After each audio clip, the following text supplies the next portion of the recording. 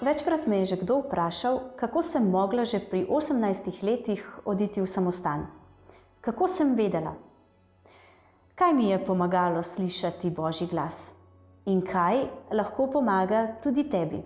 Slišati Boga pomeni najprej živeti v povezanosti z njim, čisto preprosto vsakdanje življenje, brez kompliciranja, od jutra do večera, od nedelje do naslednje nedelje.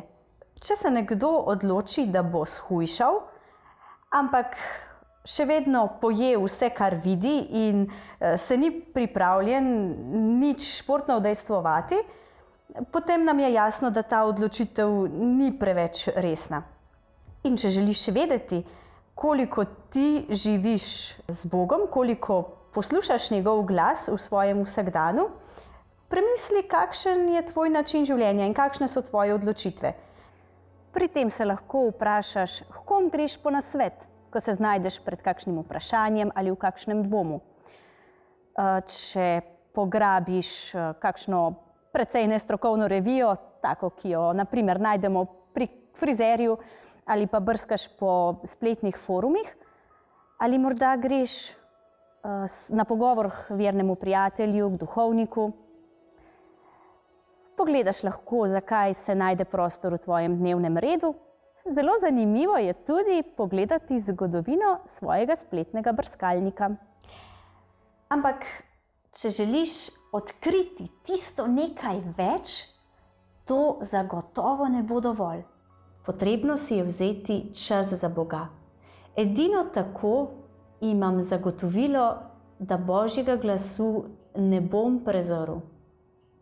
In dal mu bom priložnost, da mi na srce položi tisto najdražje, ki ga v vsakdanjem hrupu nikakor ne bom mogel odkriti.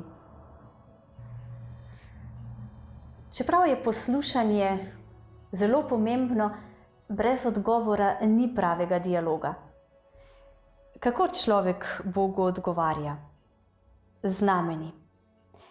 Prvi odgovor je že to, da se vedno znova vračam k poslušanju Boga, da vedno znova vzamem v roke svetopismo, rožni venec, se odpravim na sprehod v naravo, kjer dam Bogu priložnost, da me spet nagovori.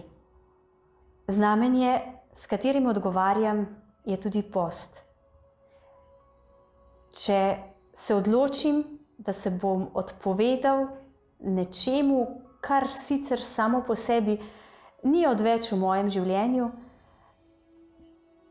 da s tem pokažem, da ji verjamem, da je v življenju vendar še nekaj več od potreb mojega želodca in negovanja svojega telesa. Znamenje je tudi redovna obleka, ki jo nosim. Pa ne le obleka. Že sama posvetitev življenja nekega redovnika je znamenje, s katerim sporočamo Bogu, svetu in sebi samemu, da je v življenju še nekaj več od tega sveta. Tudi tebe Bog vabi, da mu odgovoriš z znamenjem.